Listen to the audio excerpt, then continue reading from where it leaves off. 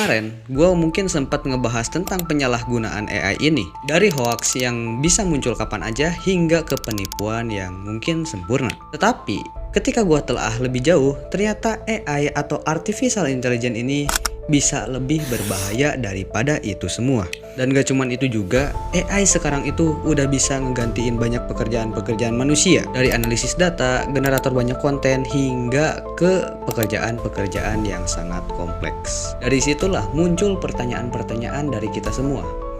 Apakah AI benar akan menggantikan 100% pekerjaan-pekerjaan kita semua? So, mari kita bahas lebih dalam. Untuk melihat perkembangan AI ini, tentunya kita harus belajar dari sejarah atau masa lalu. Karena di setiap peristiwa besar, itu sering sekali meninggalkan pola. Dan menariknya di sini, pola ini itu bisa berulang. Nah itu, untuk melihat perkembangan AI ini, kita bisa belajar dari sejarah era revolusi industri. Sama halnya, seperti teknologi pada zaman itu, seperti mesin uap, listrik, atau komputer yang mengubah fundamental kita untuk cara bertahan hidup. Kita ambil contohnya, mesin uap ini menyebabkan urbanisasi dan lahirnya pabrik-pabrik. Dan listrik yang menyebabkan produksi massal yang sangat jauh lebih efisien, dan juga komputer yang menyebabkan ekonomi digital. Dari sini, dengan kita melihat pola ini, kita bisa melihat ya, kedepannya AI ini bakal seperti apa. AI akan banyak sekali untuk mengautomisasi pekerjaan manusia, baik itu manual ataupun kognitif. Dan AI ini juga bisa membantu meningkatkan produktivitas secara drastis dan juga mengubah kekuatan ekonomi global. Namun sebelum itu terjadi, seperti sejarah revolusi industri ini, bahwa setiap adanya revolusi teknologi ini selalu datang dengan tantangan sosial. Seperti contohnya PHK massal, destruksi pekerjaan, hingga kebutuhan regulasi baru. Jadi mau tidak mau kita harus siap dengan pergeseran besar ini dalam masyarakat, ekonomi, dan pasar ketenaga kerjaan. Karena semua itu akan tergantikan oleh AI. Untuk memprediksi AI di masa depan ini dengan secara lebih presisi, seorang peneliti dari Open Philanthropy yang bernama Tom Davidson, ia mengembangkan model matematika yang mampu memperkirakan bahwa AI mampu mengautomisasi pekerjaan 100% dari level 20% saat ini. AI ini membutuhkan peningkatan sumber daya sekitar 10.000 kali lipat. Dan tidak sampai itu, model ini juga mempertimbangkan bahwa AI bisa mempercepat perkembangannya. Tidak lupa, dengan investasi global yang melonjak, ini akan membuat sangat-sangat jauh lebih cepat. Hasil dari prediksi Tom Davidson ini bahwa AI akan mengautomisasi 100% pekerjaan kita di masa depan, ini jatuh pada tahun 2043. Tapi kata dia juga ada 10% kemungkinan bahwa AI ini akan jauh-jauh lebih cepat, seperti akan terjadi pada 2030. Karena kita semua bisa melihat bahwa grafik perkembangan AI ini terjadi begitu cepat, dan bikin fase ini bisa lebih cepat seperti yang apa kita kira.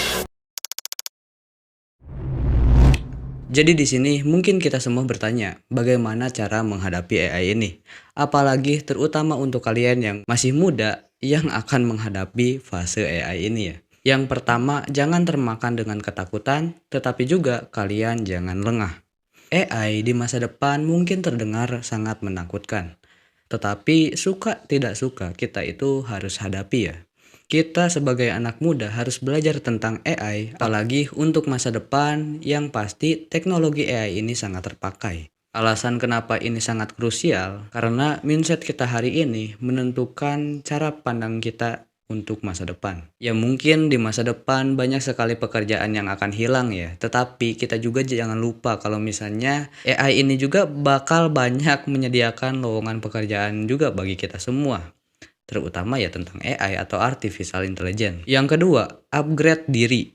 Di sini bukan skill dasar, tetapi pola pikir kita juga yang harus di-upgrade. Teknologi semacam AI ini akan terus berkembang, dan kita sebagai manusia harus belajar dengan empati dan critical thinking. Karena itu semua sangat sulit digantikan oleh AI ya. Apalagi kan AI ini buatan manusia, otomatis mereka tidak mempunyai empati apalagi critical thinking. Kita sebagai manusia ini harus wajib mempelajari itu kalau misalnya di masa depan.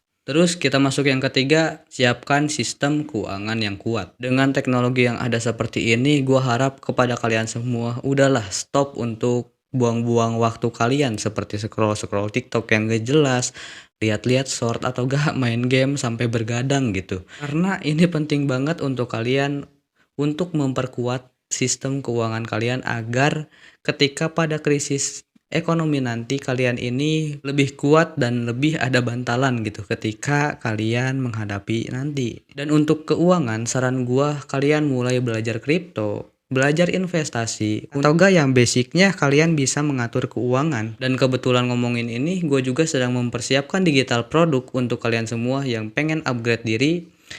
Jadi kalian bisa langsung cek ke lineit.id gua.